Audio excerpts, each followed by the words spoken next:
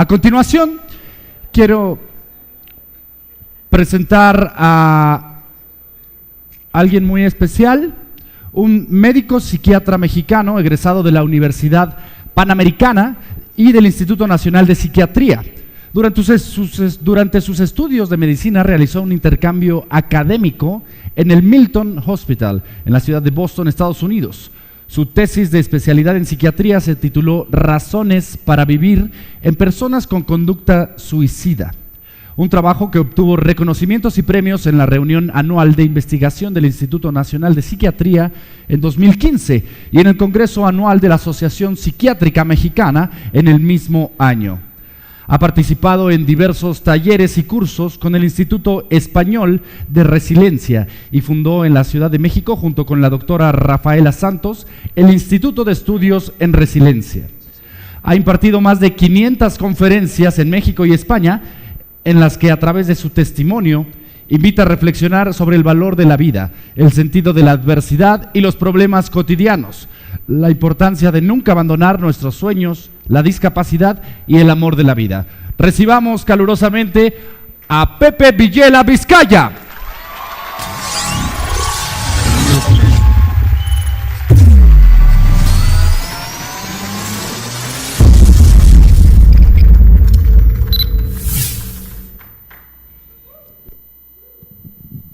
Hola, ¿qué tal? Muchas gracias.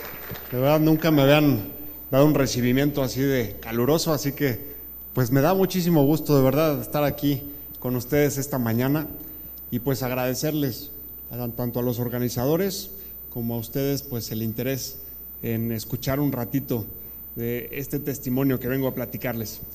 De verdad, cada vez que me invitan a un evento a platicar, siempre me pongo pues a revisar qué tipo de público es, qué tipo de personas son las que van a escuchar el testimonio, pues para de alguna manera enfocar esta plática a ese público en particular. Y pues qué mejor público de verdad en cuanto a entusiasmo, en cuanto a actitud, que un conjunto de jóvenes, en su mayoría, ¿no?, que se encuentran el día de hoy, jóvenes que tienen ganas de emprender, que tienen ganas de trascender, de hacer cosas grandes, de no conformarse, de salir adelante, y entonces pues eso lo vuelve todavía más honorable para mí, ¿no? Me es un gusto aún mayor. Y bueno, pues ya con esto que les platico, quisiera el día de hoy contarles un poco acerca de mi vida. La verdad es que no me gusta hablar de este tema en el sentido puramente anecdótico, sino meter en cada parte de esta plática que voy a tener con ustedes hoy, meter esas lecciones concretas que me dejó todo este proceso, para que ustedes puedan también tomar de ahí lo que les sea aplicable a su vida y a su historia. Yo no creo que existan recetas para la vida, que te digan, si quieres lograr las cosas tienes que hacer 1, 2 y 3, o si quieres ser una persona plena y feliz tienes que seguir esta lista de consejos. Yo creo que no es tan fácil y cada caso es muy individual. Sin embargo, creo que sí podemos tomar de las historias de otras personas algunas ideas o algunos referentes que nos puedan ser útiles en nuestra vida personal. Y esa es la intención con la que hoy vengo aquí a platicar con ustedes. Entonces, actualmente tengo 30 años, soy un jovenazo como ustedes. Sí, la verdad es que sí, digo, todavía dentro en su generación no se hagan, ¿eh? También soy millennial. ¿Verdad que sí? Somos la neta. No, pero soy yo ya un millennial ya de los viejos. Pero bueno, el punto es que cuando tenía 23 años, hace 7 años, estaba yo estudiando en ese momento la carrera de medicina, que había sido mi sueño desde muy pequeño. De hecho, hay evidencia escrita de que desde el kinder quería ser doctor, ¿no? Y les decía, quiero ser doctor porque pues quiero ayudar a curar a mi mamá, que mi mamá estaba enferma en ese periodo de tiempo de esclerosis múltiple, y yo decía como niño, pues quiero ayudarle, quiero encontrar un remedio para que esté bien mi mamá, ¿no? Y entonces me puse desde chiquito como el rol de doctor, y les preguntaba en la familia a todos: oigan, voy a pasar a preguntarles a todos qué les duele. Iba anotando en un cuaderno, ¿no? A la tía tal le duele tal, ¿no? Y entonces les contaba los dolores y les preguntaba, ¿no? ¿Sigues con 7 dolores, no? Y ya me decían, no, ya son 6, ¿no? Y así yo iba midiendo qué tan efectivo era el tratamiento. Y así fui creciendo y pues finalmente entré a la carrera que tanto había soñado, cumplió mis expectativas y las rebasó por mucho.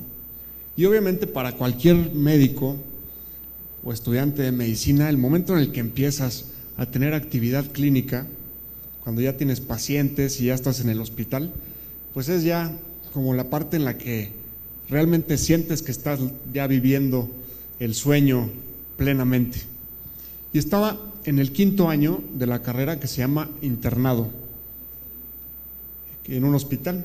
Y se llama así, internado, porque literalmente vives prácticamente en el hospital. Sales nada más a tu casa a bañarte, a dormir y regresas al hospital. Y así estás prácticamente todo un año.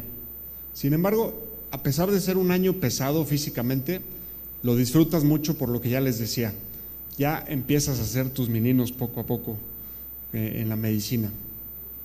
Y un día, un martes cualquiera, 19 de enero, iba yo camino a casa, justamente a dormir. Llevaba 36 horas en servicio y ya estaba pues muy cansado. Tomé mi coche, un Ferrari rojo que tenía en aquel entonces.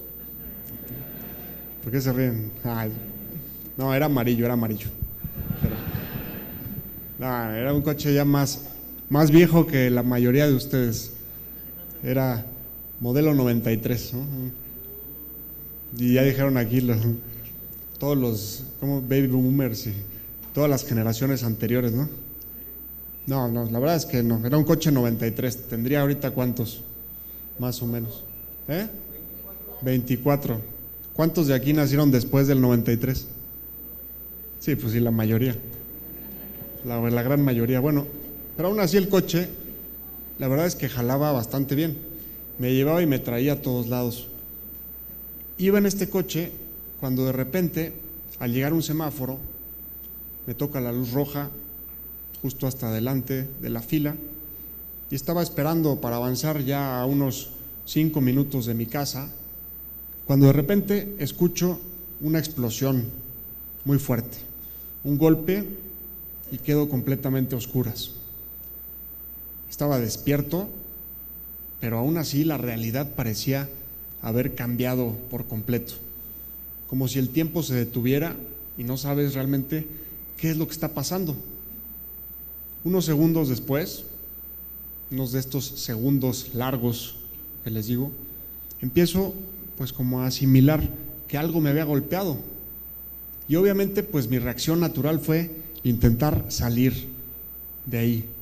Y en cuanto trato de moverme, me doy cuenta que no puedo mover absolutamente nada. Como si tuvieran desconectado el cuerpo de la cabeza. Y entonces, pues esto inmediatamente te genera mucha angustia. Y si le sumas, además, el olor a basura, el olor a quemado, dices, pues me empiezo a angustiar todavía más. Olía como a gasolina. Y resulta que lo que había pasado es que se había caído justamente un camión de basura desde el 2.º piso del periférico y había aterrizado justo encima de mí. Fue obviamente pues un golpe muy fuerte en términos de física, ¿no? Sin embargo, por fortuna no me golpeó directamente a mí, sino que pegó en el coche y eso ocasionó pues que se acelerara muy bruscamente hacia arriba, ocasionándome una fractura en el cuello. Literalmente se me hundió la cabeza entre los hombros. Y al fracturarse, pues la médula espinal quedó seccionada. Y ustedes se acordarán que la médula espinal pues es precisamente esa gran conexión entre el cerebro y el cuerpo, que por ahí van muchísimos nervios que permiten que te muevas, que sientas, que puedas respirar, muchas otras funciones. Y entonces si de repente se desconecta la médula, pues tienes un problema, realmente tienes un problema. Y estaba en esos momentos de confusión cuando de repente llegó un policía que estaba en esa esquina justamente trabajando, y al ver lo que sucedía pues se acercó a ayudar. Rompió el vidrio de mi coche y al verme ahí adentro, lo primero que dijo fue: tranquilo, joven, tranquilo, lo vamos a sacar. ¿Puede moverse? Y yo, no me puedo mover.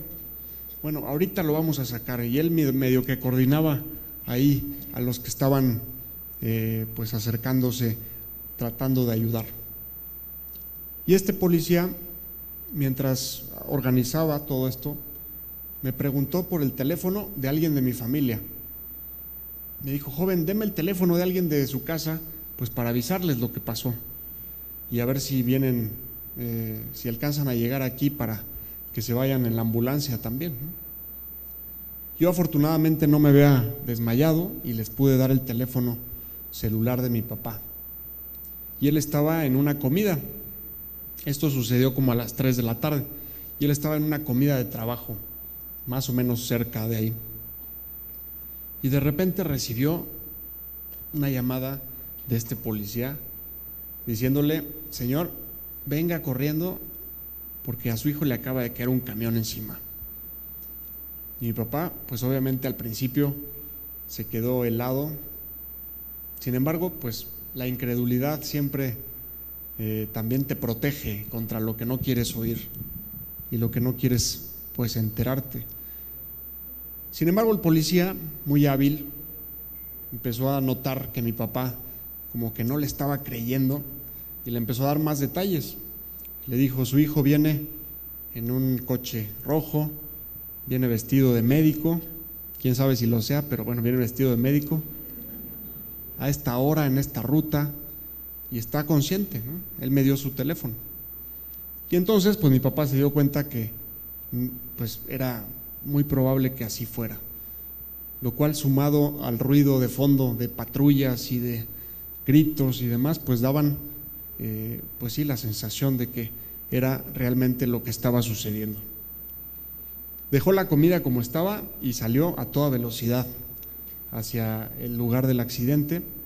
Él no llevaba coche ese día, así que le pidió a la persona con la que comía que le diera un aventón. Pero pues ya se imaginarán el tráfico que se hizo alrededor y no se podía llegar en coche. Y entonces mi papá se bajó ahí en medio del periférico a correr. Y entre los coches, el periférico, para los que no conocen la ciudad, es una avenida muy importante en la Ciudad de México, de las más importantes, y por lo tanto pues pasan por ahí miles y miles de coches cada hora, ¿no? Y al hacerse todo este tráfico, de por sí es un estacionamiento el periférico, pues ya se imaginarán, ¿no? Entonces empezó a correr y a correr rumbo a ese lugar en donde se veía que estaba pues todo aquel ruido y todo ese movimiento de personas. Y al llegar se topó justo con esa escena de un camión encima del coche de su hijo. Había en ese momento personas pues obviamente que estaban ahí pues tratando de ayudar, aunque no fueran paramédicos ni mucho menos, y alguien que lo vio dijo: pues vamos a decirle dónde está su hijo, ya está en la ambulancia. A mí ya me habían sacado con mucho esfuerzo entre varias personas desde el techo del coche y me tenían en una camilla ya en la ambulancia. Al salir del coche y ver la luz del día fue realmente algo deslumbrante, pero en cuanto volteé a ver qué es lo que me había pegado y pude ver una llanta que en ese momento parecía una llanta inmensa. A pocos centímetros de mi cabeza comprendí que pues esto había sido realmente algo más fuerte de lo que pensaba todavía. Y me di cuenta que ya al estar vivo solamente era ganancia, porque pues aquel accidente se veía mucho más mortífero. Y en el piso, al lado del coche, estaban dándole reanimación cardiopulmonar a una persona. Me acuerdo porque escuchaba cómo contaban. Han visto cómo cuando están dando compresiones para reanimar a alguien que cayó en paro, pues tienen que contar, pues porque si pierdes la cuenta ya luego no sabes en qué momento toca interrumpir y dar las respiraciones, y entonces son ciclos. Y al escuchar esto, aunque no podía yo voltear, obviamente, porque estaba fracturado del cuello, dije, pues ¿a quién se está muriendo? ¿Quién sabe, no? Era el chofer del camión, que había caído en paro inmediatamente después del accidente y finalmente pues falleció en el lugar. Yo estaba vivo, afortunadamente, y ya estaba en la ambulancia. Y en ese momento en el que ya me habían subido, llegó mi papá, corriendo, con la respiración entrecortada, los ojos llenos de adrenalina y miedo, y en cuanto se subió por la parte trasera de la ambulancia, tuvimos un instante realmente muy, muy fuerte, que hasta la fecha, recordarlo, me pone la piel chinita, porque pues fue un momento de esos que no duran mucho, pero que te dan una enorme lección para toda la vida. Se subió y sin decirme nada, solamente con la mirada, me dijo: ya llegué, aquí estoy, soy tu papá y no voy a dejar que te pase nada, ya estoy aquí. Y por otro lado, yo igual desde la camilla, con la mirada le decía: papá, ayúdame, te necesito. Fue un momento increíble, muy doloroso, pero increíblemente potente en cuanto a enseñanza. Me enseñó lo importante que es ese vínculo que tenemos como hijos con nuestros padres, y también me dio una noción de lo que se ha de significar ser padre y ver a un hijo en una circunstancia difícil. A veces vamos creciendo y como que, pues sí, parte del proceso normal de la vida es irte desprendiendo e ir haciendo tu propio núcleo, tu propia familia. Sin embargo, en términos de el tamaño del afecto que puede existir en una relación humana, creo que aquella entre padres e hijos muy difícilmente queda, ya no digamos superada, muy difícilmente queda igualada, si acaso. Es una relación fuertísima, y en ese momento tuve la fortuna de contar con mi papá, así como en muchas otras ocasiones, que de hecho hoy me trajo también, aquí está, por allá, no sé dónde. Ahí está. Sí, la verdad es que me uno completamente a ese aplauso, porque pues siempre ha sido el jefe, ¿no? En muchos aspectos, ¿no? Y bueno, llegó obviamente con mucho miedo y un poco paralizado también por me iba quitando restos de basura que tenía en la cabeza, plastiquitos y ya saben, cáscaras, todo lo que hay en un bote de basura. Así de repente me salen así de las orejas algunos restos. No es broma, después de 6 meses sí salían todavía piedritas, no sé dónde se albergaban, pero no, ya ahorita ya pasaron 7 años. Pero el punto es que nos salió la ambulancia y llegamos al mismo hospital de donde había salido yo unos minutos antes. Y seguía yo vestido de médico, pero ahora en una camilla. Y me recibieron mis compañeros, incluso mis amigos que estaban en el hospital, a los que yo les había dado la lista de pendientes y les había entregado el censo de ahí del hospital. y ahora pues regresaba en una circunstancia diametralmente opuesta. Me vieron así con una mirada de incredulidad de ¿qué haces aquí? Si te acabas de ir y como paralizado y en una ambulancia, ¿qué te pasó? Y yo, pues es que me cayó un camión encima. ¿Qué? O sea, un camión encima, pues ¿desde cuándo vuelan camiones o qué, no? No había pasado esto así propiamente en el segundo piso. Este fue como un accidente pues que dio un poco, pues sí, como esta impresión de que había riesgos también, obviamente asociados a la construcción de un paso a desnivel, y que si no se respetaba el reglamento de tránsito y se subían vehículos pesados a una estructura que no estaba hecha para eso, pues íbamos a tener problemas, ¿no? Y entonces pues me pasaron a un cuarto de urgencias, me quitaron toda la ropa, me pusieron monitores, mangueras, sondas, todo lo que se imaginen, y en ese momento entendí lo que es la vulnerabilidad. En medio de un cuarto rodeado de personas, en donde tu privacidad queda completamente en segundo plano, tu vida está pues, pendiendo de un hilo literalmente, ahí entiendes lo frágiles que somos. Y que para un joven de 23 años, muchas veces es difícil entender lo vulnerables que somos, precisamente porque estás en un momento de apogeo en cuanto a tu fuerza física, a tu salud, que puedes desvelarte y al día siguiente levantarte como si nada, y eso pues obviamente te puede dar una falsa impresión de lo que es realmente la vida.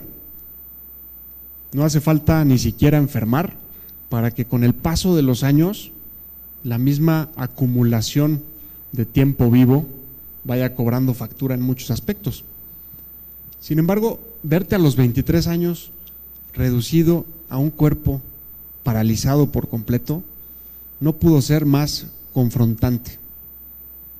Me confrontó con esa realidad de una forma que no les puedo explicar, y ni siquiera es que lo asimilara, estaba yo ahí como pues porque aquí me trajeron y háganme pues lo que me tengan que hacer, y algo dentro de mí todavía se aferraba a la posibilidad de que fuera algo transitorio y algo pues que se pudiera curar.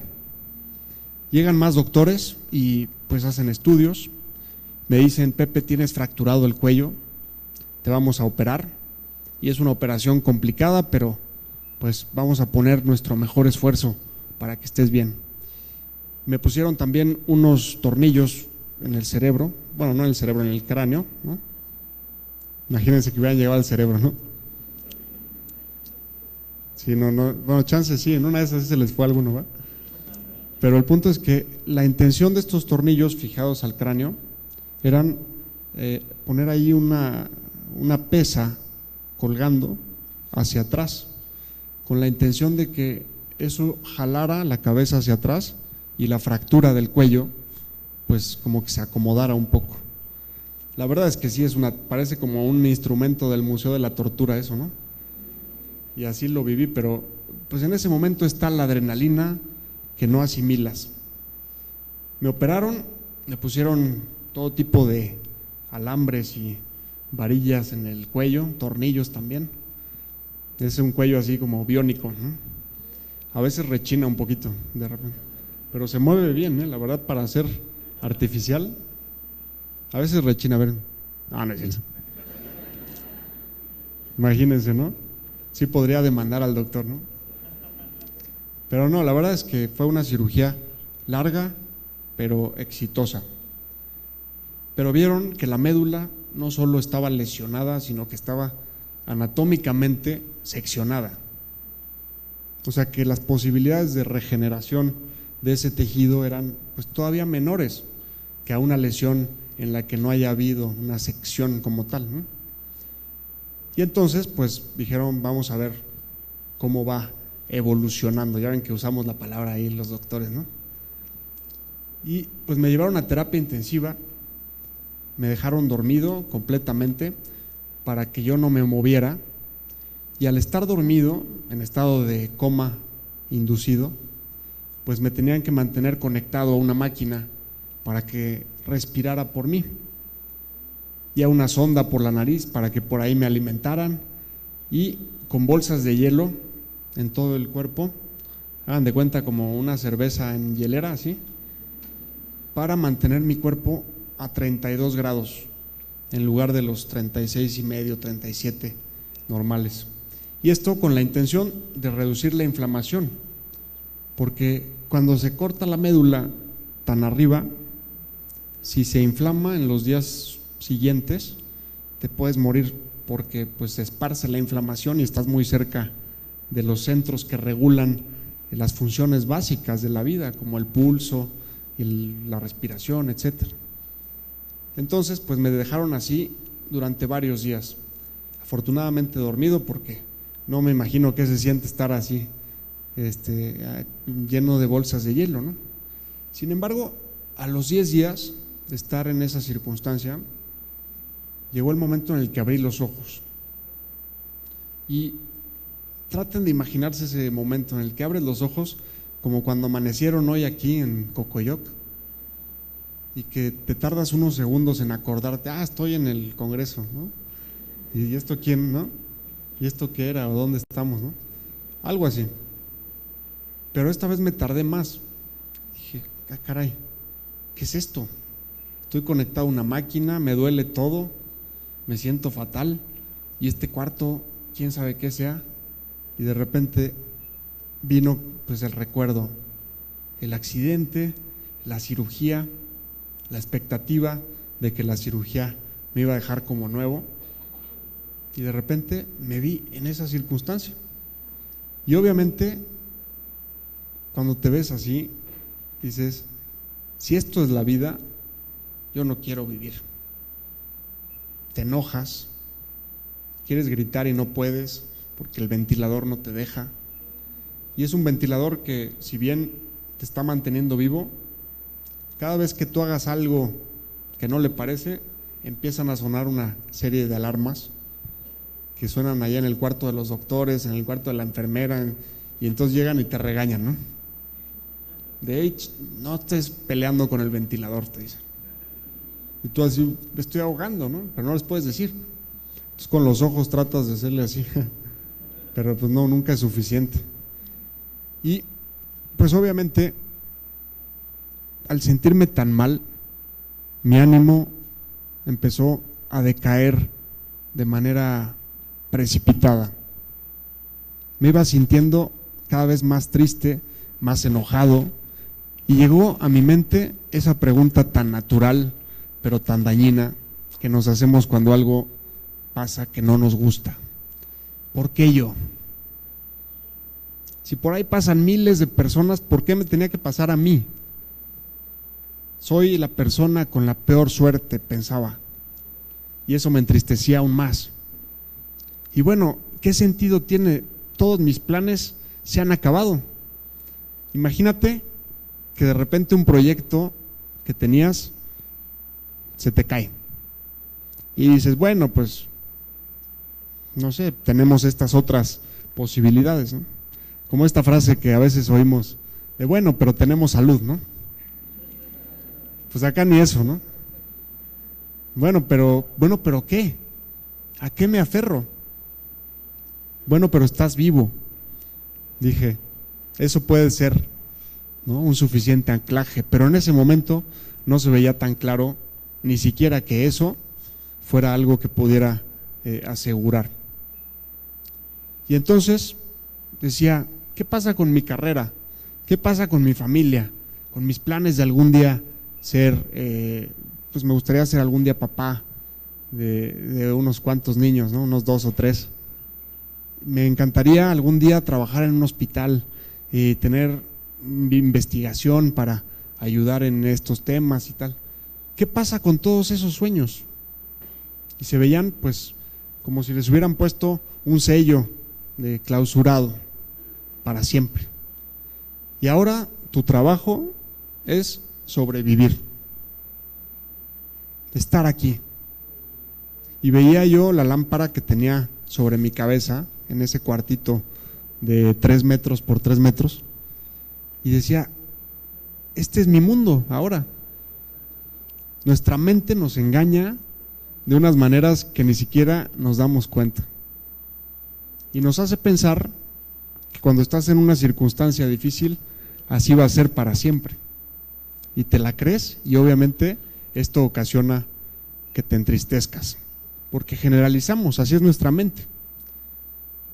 Y entonces pues estaba yo bastante ponchado, ni siquiera podía llorar, ni siquiera podía platicar con nadie, solo podía estar conmigo mismo.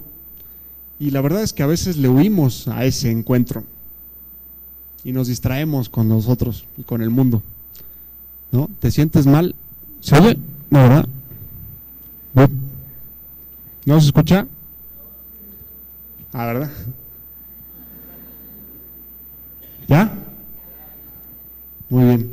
Y entonces estaba en ese momento de tristeza y de desesperación, pensando pues ya qué sentido tiene todo esto, cuando en eso llegó una amiga que estudiaba en el hospital también y me dijo, Pepe, vengo a visitarte, ya salí del turno, ¿no?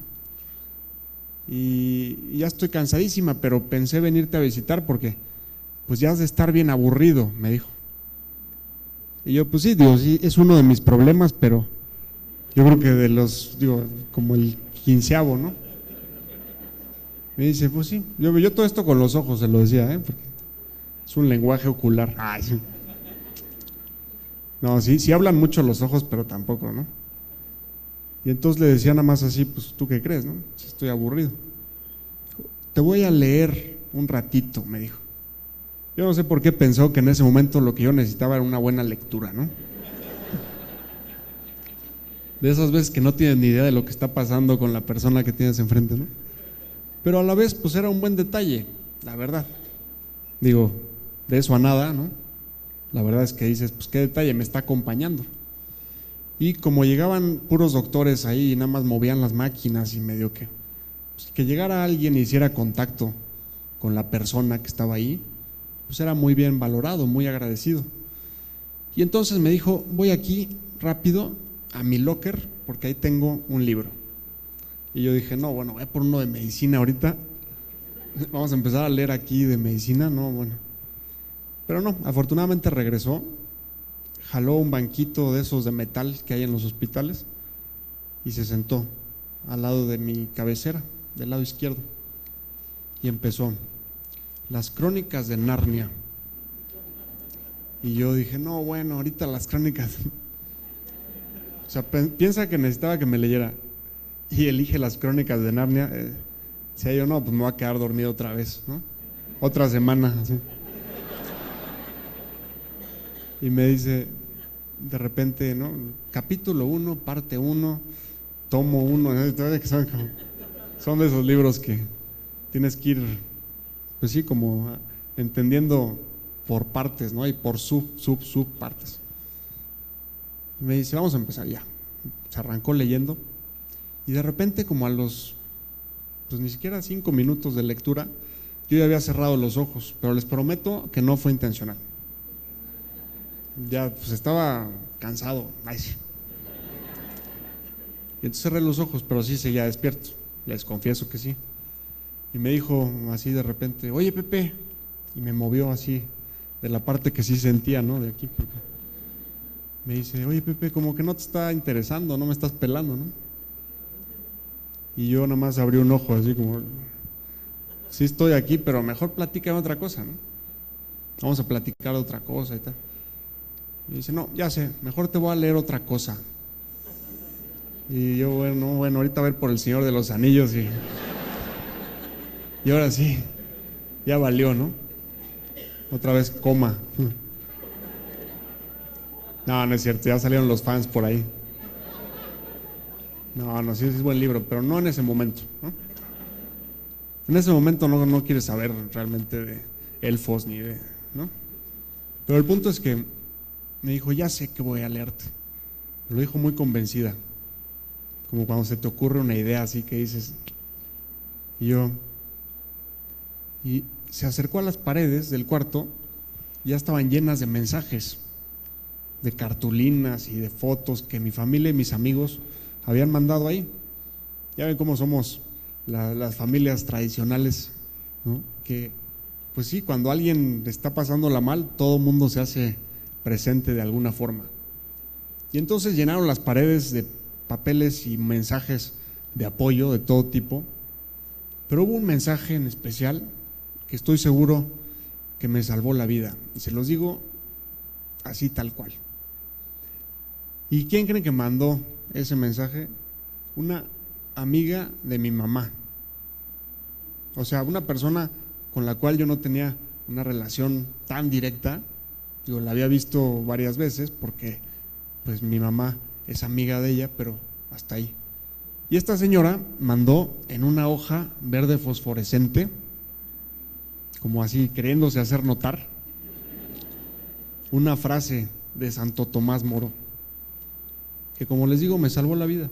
Y dice así: nada puede pasarme que Dios no quiera, y todo lo que Él quiere, por muy malo que me parezca, es en realidad lo mejor. Santo Tomás. Me costó trabajo leerla, no solo porque sin duda el contenido en sí mismo confrontaba, sino que porque también la letra que eligió fue así como antigua, ¿no? Como para darle un toque de, pues sí, del siglo XVIII y Santo Tomás y demás, ¿no? Entonces no estaba tan sencillo de leer, pero a la vez, como me tuve que concentrar bien para leer, porque me iba pasando cada una de estas hojas frente a mí, no me las leía, sino que me permitía a mí leerlas. Cuando pasó esa hoja, me concentré. Sin embargo, como que no entendí bien todo lo que implicaba esta frase, y pues en ese momento fue una hoja más. Me leyó otros mensajes, me pasó otras fotos y después las volvió a pegar.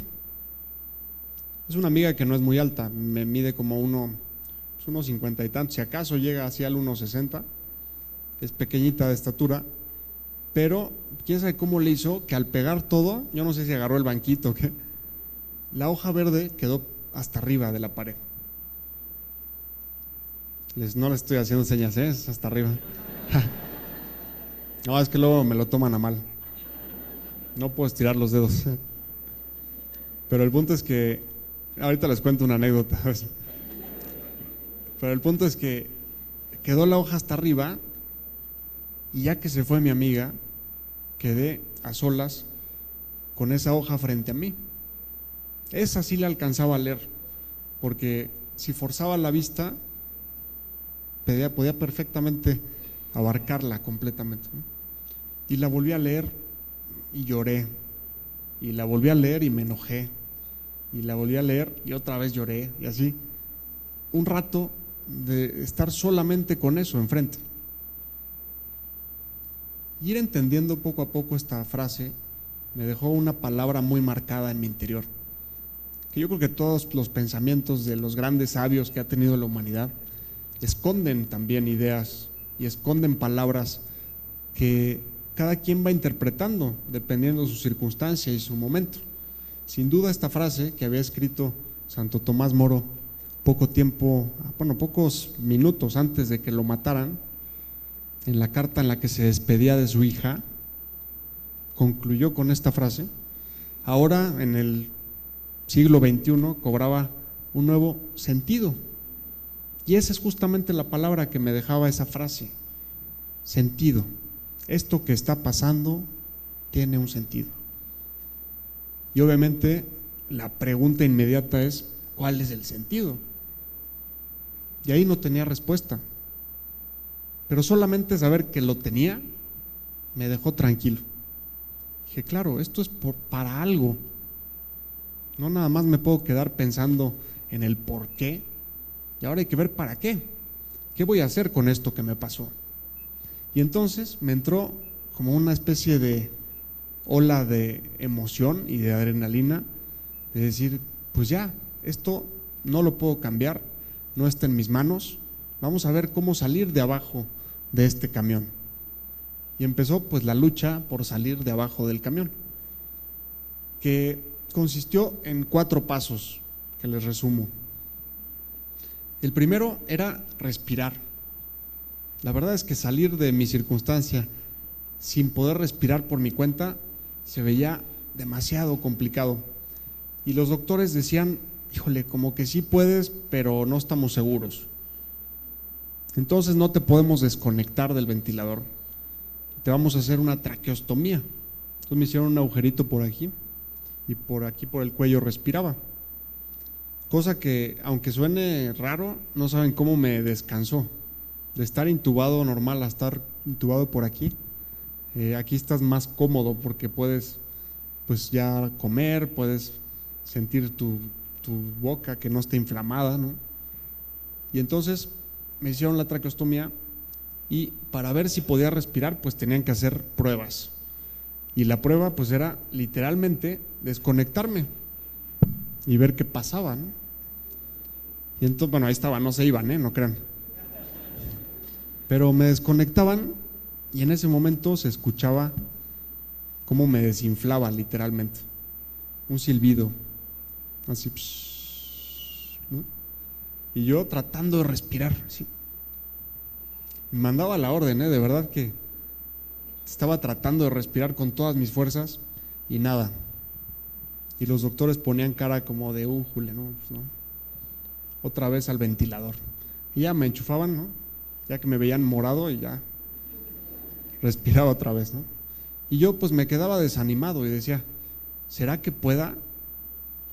Tenía dudas. Y los doctores volvían al día siguiente y al día siguiente y el resultado otra vez era el mismo.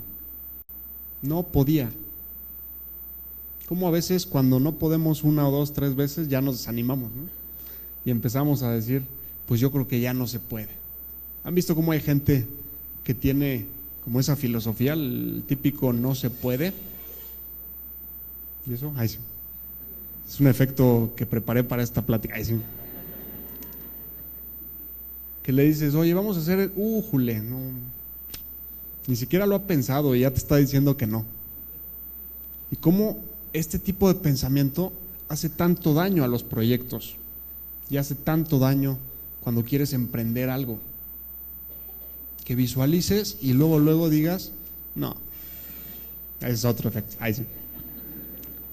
No, le están metiendo producción aquí. Pero el punto es que, pues afortunadamente, estos médicos pensaban, vamos a ver cómo sí. Y después de un mes de estar constantemente haciendo este ejercicio, llegaron un día cualquiera, también era martes, como había sido el accidente, y dijeron, pues vamos a hacer la prueba otra vez.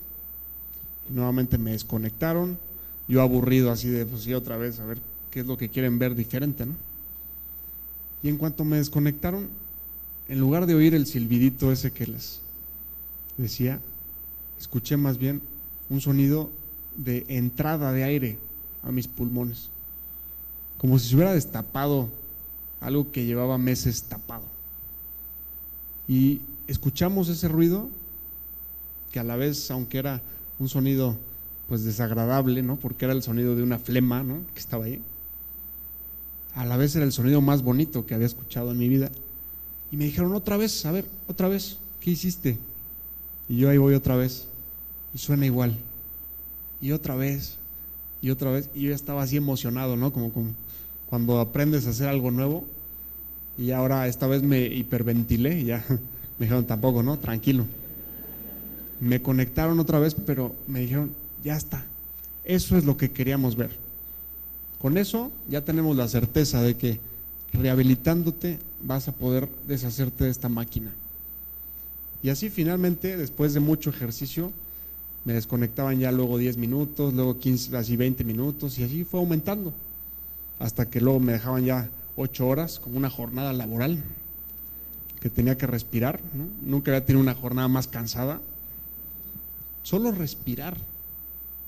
Algo que llevas haciendo desde que naciste y que rara vez te detienes a agradecer, que no valoras lo complejo que es que puedas respirar, todo lo que tiene que estar pasando en conjunción en este momento para que puedas respirar,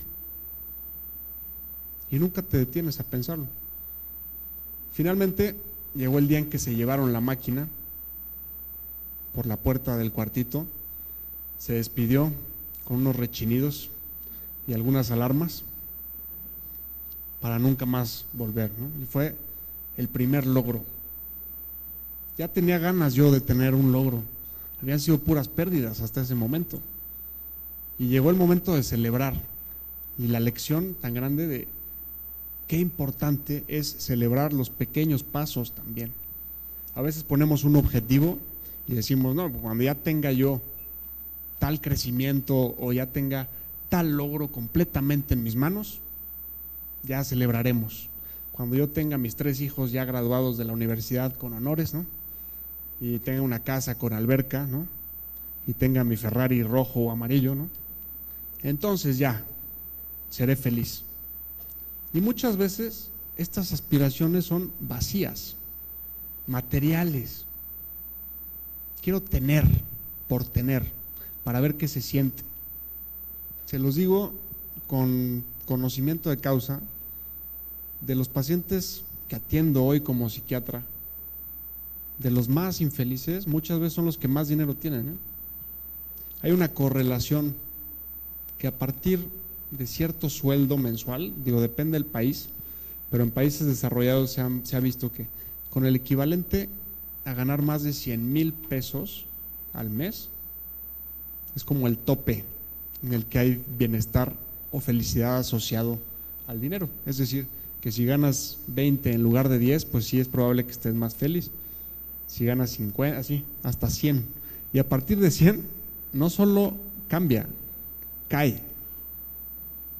El dinero en exceso también trae sus consecuencias, ¿no? Entonces, a lo que iba con esto es que tenemos que celebrar los pequeños logros también. Y yo me sentía con ganas de celebrar, como cuando dices, ¿qué plan? Hoy es viernes, ¿no? ¿A dónde vamos? Pero ¿cómo vas a celebrar en terapia intensiva también? Pues está difícil, ¿no? Entonces pues yo estaba así como buscando qué plan, ¿no?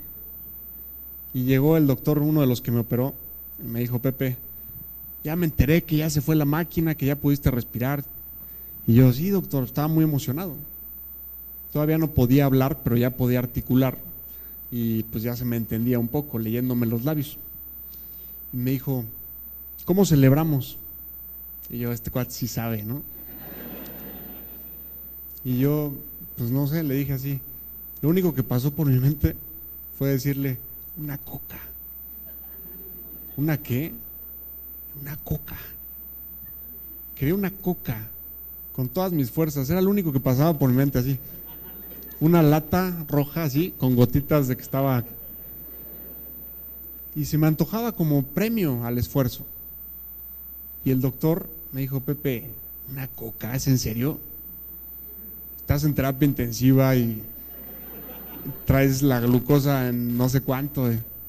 Me van a correr. Y luego le dije yo, una coca. Ya es así, nadie te puede decir que no, ¿verdad? Ya cuando pones esas así como. Y entonces me dijo, ¿sabes qué? Ahorita vengo. Salió así sigilosamente, volteando a ver si no había nadie por ahí. Y en la sala de espera hay una máquina de refrescos. Sacó una coca helada y volvió. De una manera profesional, la abrió sin hacer mucho ruido. ¿Estarán de acuerdo que esa es una habilidad que aprendes en la escuela? Y le puso un popote y me acercó la coca. Y le di un traguito nada más. Un traguito de coca, que ahorita a todos se les antojó, no sean.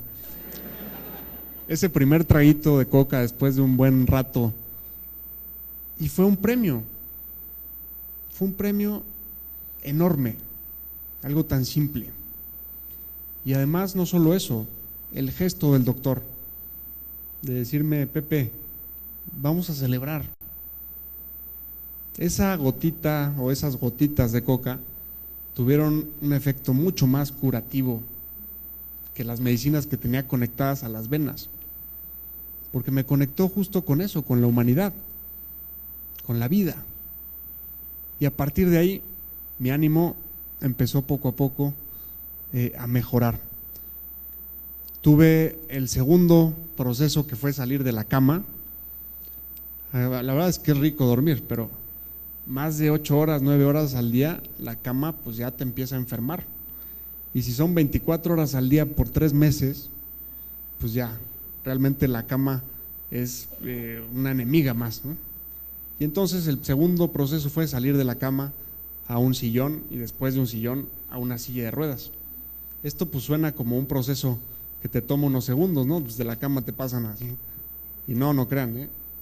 Todo un reto, porque después de estar tanto tiempo acostado, mi cuerpo ya no toleraba estar en posición vertical. Un efecto pues realmente ahí de igual de la física, de los líquidos del cuerpo, que pues si ya no tiene necesidad de ocupar los mecanismos que hacen que te bombee sangre al cerebro, pues se inactivan. Y entonces si de repente subes, pues ya el cuerpo dice, ah caray, ¿no? Esta no me la sé. Y entonces eso tomó 3 semanas de entrenamiento de inclinación gradual. 1 grado, 2 grados, 3 grados para acá, 4, así. Es impresionante nuestro cuerpo. Y después empezó el tercer reto, ya en la silla, ¿no? Cosa que vista por muchos desde fuera pueden decir, újole, quedó en silla. La verdad es que es un logro, cuando no podía estar en una silla, haber alcanzado al menos eso. Y entonces el tercer reto era fortalecerme. Recuperé algo de movimiento en los hombros y luego en los brazos, y había que fortalecer lo más que se pudiera. Hasta 8 horas de gimnasio al día. ¿Quién se echa 8 horas de gimnasio al día aquí? ¿Nadie? No, yo creo que ni un atleta así, ¿no? Pero de verdad eran 8, ¿eh? Nunca había sido así de mucho ejercicio. Pero pues por eso ya hoy me pueden ver así como. ¿De qué te ríes tú? ¿Qué? No, no es cierto. Fue risa nerviosa, ¿verdad? No, pues 8 horas de gimnasio para tener la fuerza básica, para moverme, para poder realmente pues llevar al límite mis capacidades. Y luego la cuarta etapa, que era aprender a hacer todo nuevamente. Aprender a bañarme, a lavarme los dientes, a peinarme, a hacer todo, como si fuera un niño aprendiendo a hacer todo nuevamente. Finalmente salí del hospital 9 meses después.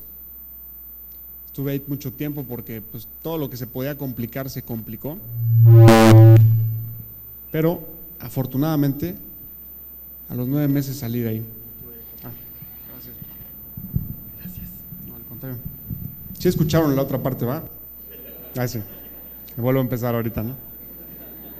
No, el punto es que después de todo ese periodo que fue muy simbólico también, 9 meses, pues volví a nacer, volví a mi vida y llegó el reto de reinventarme. ¿Qué pasa ahora con José, con Pepe? ¿Qué quiere hacer? ¿Cuáles son sus sueños? Pues mi sueño es el mismo. Quiero ser médico y quiero algún día formar una familia y quiero hacer esto y esto.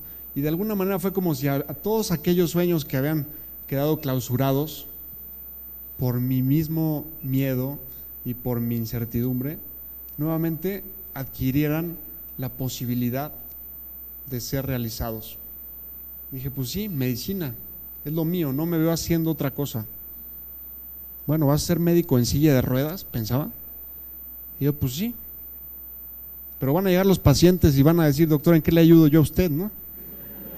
Y luego les voy a querer cobrar y va a estar medio complicado, ¿no? Dije, pues no, entonces medicina tal vez no. Pero el sueño nuevamente se imponía. Es que no me gusta nada más. Dije, pues vamos a intentarlo, en una de esas sí. Y entonces así fue como decidí continuar con la carrera. Acabé mi servicio social y después pues había que hacer una especialidad, porque realmente como médico general, aunque es una excelente carrera, ¿no? Y también hacen mucha falta médicos generales, en nuestro país es muy difícil que siendo médico general la puedas hacer bien, ¿no? O sea, que puedas ganar más allá de un sueldo básico, ¿no? Entonces dije, no, pues sí voy a hacer una especialidad. Bueno, ¿qué especialidad te gusta? Y yo, pues cardiología o cirugía, dije. Bueno, está muy bien, ¿no? Qué bueno que te guste, ¿no? Esas son bonitas, ¿no? Pero la verdad es que no mueves los dedos de la mano y no sé si se dejarían operar ustedes por un cirujano que no mueva los dedos de la mano, ¿no? Yo no, la verdad. Entonces dije, no, pues eso queda prácticamente descartado. Cardiología, pues también está difícil. Si tienes que darle maniobras a alguien, ¿cómo le vas a hacer, no? Ni modo que con pura actitud, ¿no? Y decía yo, no, pues eso sí puede comprometer en algún momento a mi paciente. O sea, que lo que yo haga por el paciente no sea lo suficientemente eficaz, y eso creo que no se vale tampoco. Y entonces dije, a ver, una especialidad que me guste y que pueda hacer. Dije, pues, psiquiatría. Todo lo que necesito para ser psiquiatra está de la lesión para arriba. Necesito pensar, necesito hablar, escuchar, y ya, ahí está. Y entonces pues me puse a preparar el examen nacional de residencias, que es un examen que se hace cada año. De hecho ya va a ser el de este año. Lo aplican pues como 30,000 médicos generales de todo el país, y compites por unas 2,500, 3,000 plazas para hacer una especialidad. Entonces pues es realmente 1 de cada 10 que lo aplican el que se queda, y pues dependiendo de tu puntaje ya te aceptan en algún lugar o en otro, ¿no? Los lugares más prestigiados pues piden mayores puntajes.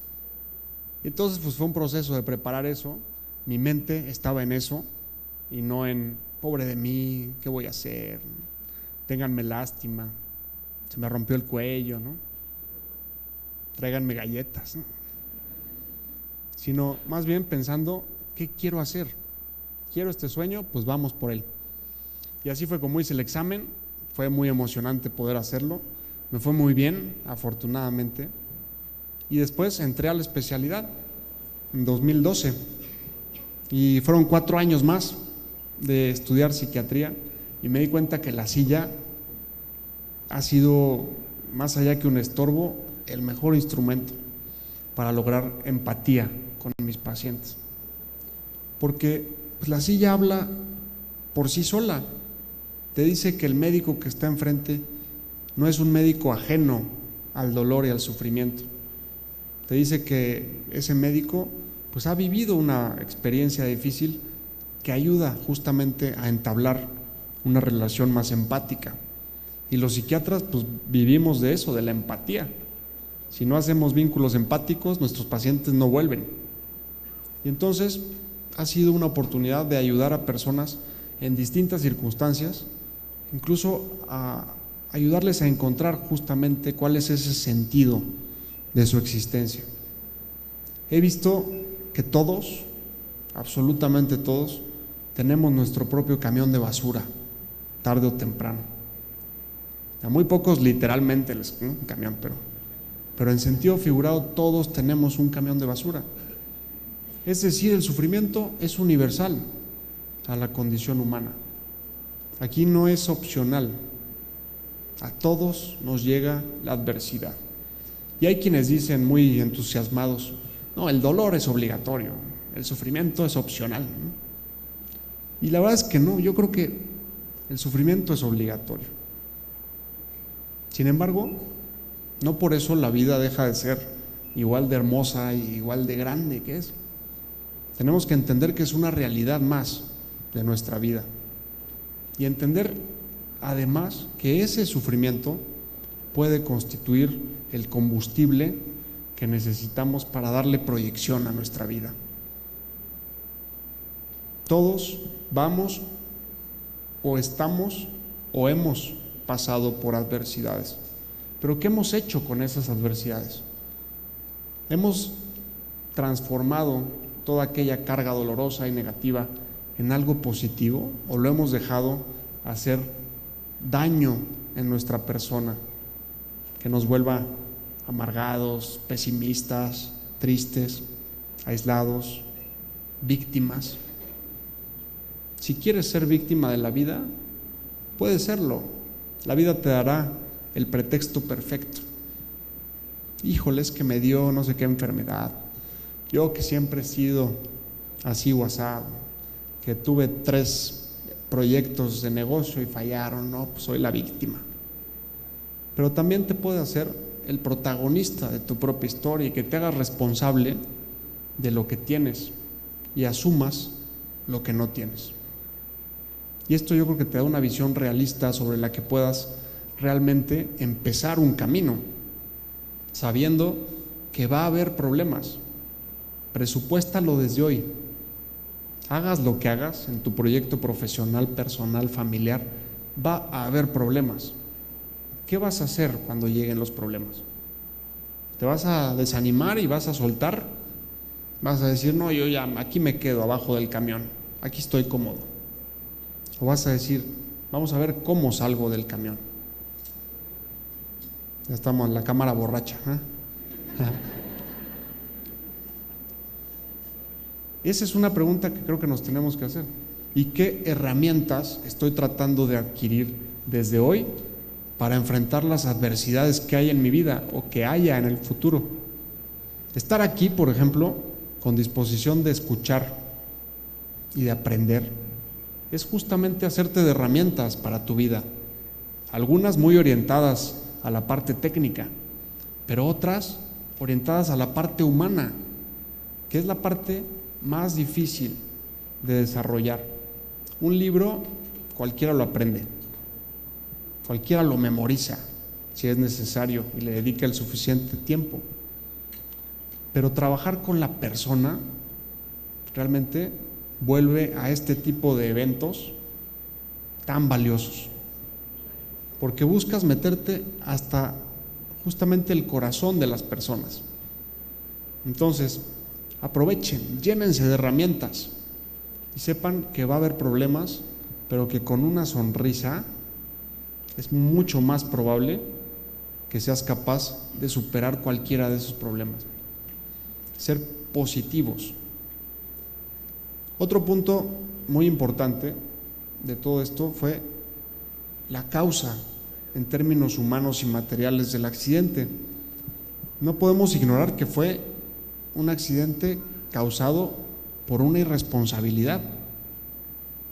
Una persona que tenía en sus manos el control de un camión y que decidió subirse por un puente por donde estaba prohibido hacerlo. ¿Para qué? Para ahorrarse 2 minutos de un semáforo.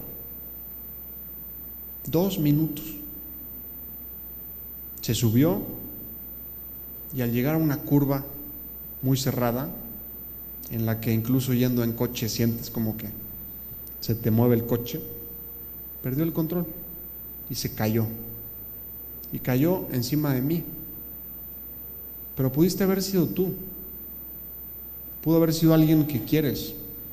Pudo haber sido un camión de transporte escolar. Pudo haber sido una señora con su bebé.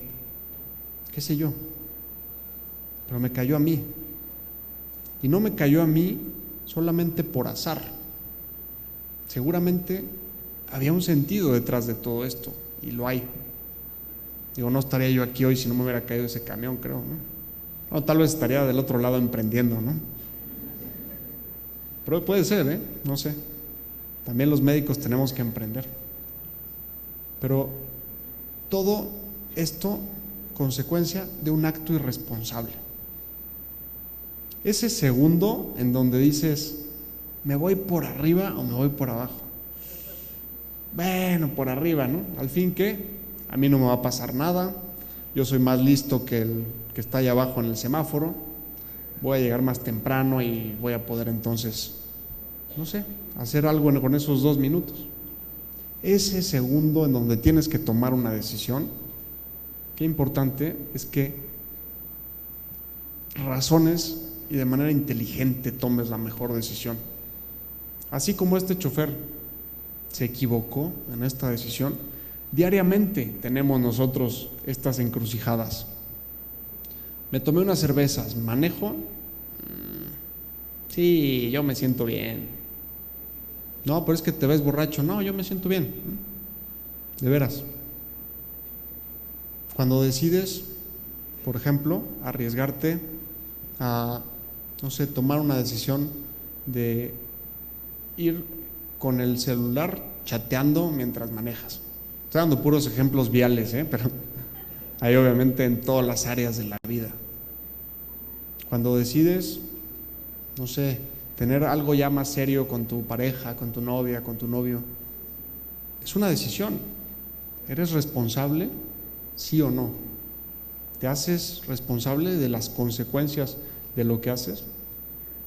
La verdad es que creo que esto nos deja una lección muy grande, y es que todos en algún momento tenemos que tomar decisiones, y somos humanos, todos nos equivocamos. Yo no sé si hay alguien aquí que nunca haya manejado a más del límite de velocidad, o alguien que nunca haya contestado el celular mientras maneja. Yo creo que todos somos propensos a pensar que no nos va a pasar nada, pero tenemos la decisión en nuestras manos. Y ya para terminar, quisiera platicarles justo de un proyecto que estoy emprendiendo ahora que el foro lo permite. No es una empresa, la verdad es que no tengo necesidad. Ay, sí. Imagínense, ¿no? La medicina sí, es que cobro la consulta cara. Ay. No, tengo mi consultorio y todo eso, doy clases en la Universidad Panamericana también, en medicina, pero hace un mes empecé un nuevo proyecto personal que consiste en la natación paralímpica.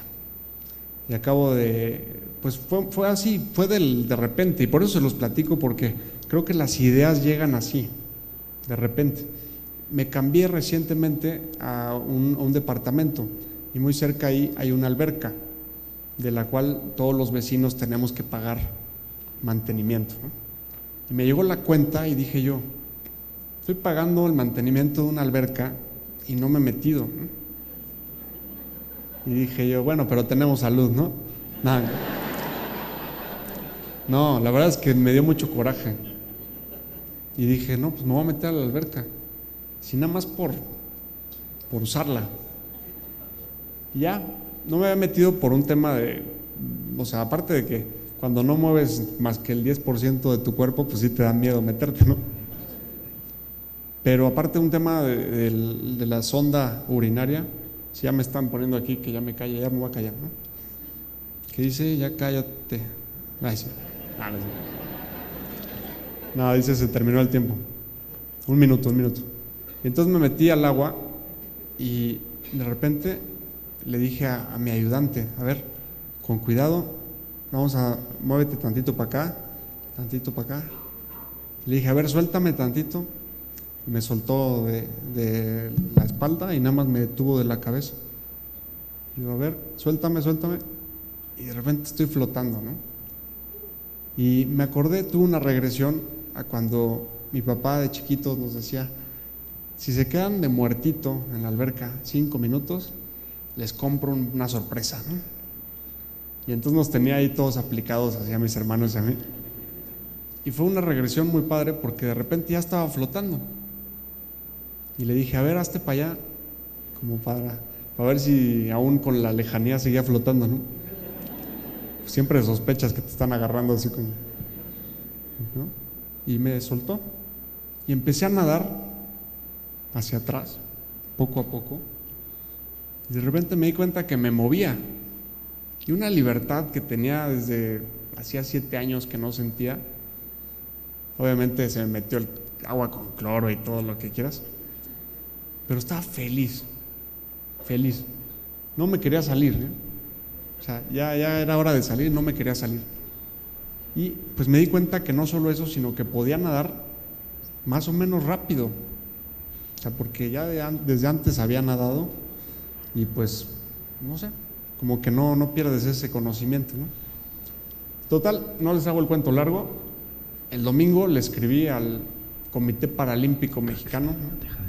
Les dije, oigan, pues acabo de descubrir que puedo nadar y pues tengo tal lesión y tal. Y me contestaron a los pocos minutos, te queremos el martes aquí en la alberca del comité, ¿no? Me fui a comprar un traje de baño más ad hoc, ¿no? Porque el que tenía estaba así como muy casual. Entonces ya uno así como de Michael Phelps, ¿no? Ay, sí. ¿Sabes nadar? Claro. Me echaron al agua y empecé a nadar y me cronometraron ahí los tiempos y demás. Y me dijo el profesor, estás en tiempo, vamos a empezar a competir. Te vamos a entrenar, un entrenamiento así picudo, y vamos a poner el objetivo en el 2020, me dijo. Yo en el 2020 pues pensé que era tal vez 20 minutos para allá, ¿no?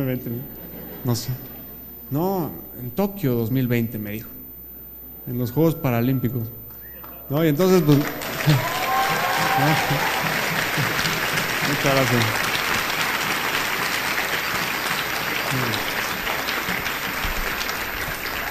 Lo que empezó como un coraje por las cuentas de mantenimiento de la alberca, de repente se transformó en todo un proyecto que ahorita me trae muy entusiasmado. Sé que hay algunos de otros países. Bueno, nada más les informo que esa categoría la gana México, ¿eh?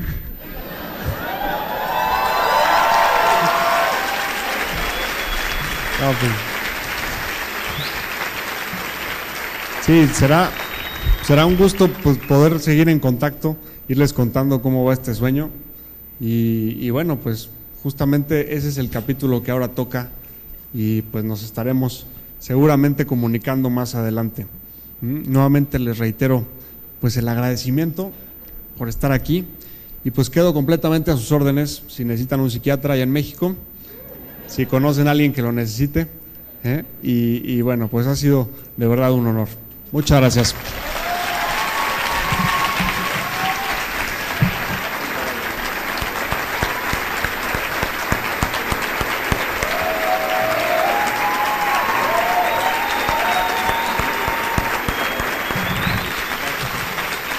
Muchas gracias, muchísimas gracias, Pepe. Quisiéramos entregarte un reconocimiento, para lo cual quiero llamar a Humberto Ponce de León para entregar el reconocimiento y a Sofía Castillo. Muchas felicidades, muchas gracias.